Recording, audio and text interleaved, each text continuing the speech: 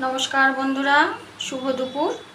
তো আশা করি আপনারা সকলেই ভালো আছেন এবং সুস্থ আছেন। তো আজকে আমি যা যা রান্না করেছি সেগুলো একটু আপনাদের সঙ্গে শেয়ার করি।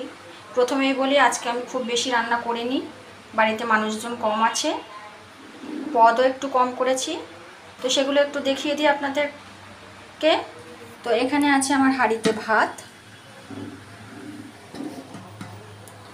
আর এখানে আমি করেছি মুগ চিংড়ি। এটা একটা নতুনত্ব রেসিপি, আজকে ট্রাই করলাম আমার ঠাকুমার কাছ থেকে শিখে নিয়ে। আর এখানে করেছি আমি চিকেন। তো আজকে আমার রেসিপি হলো মুগ চিংড়ি আর চিকেন।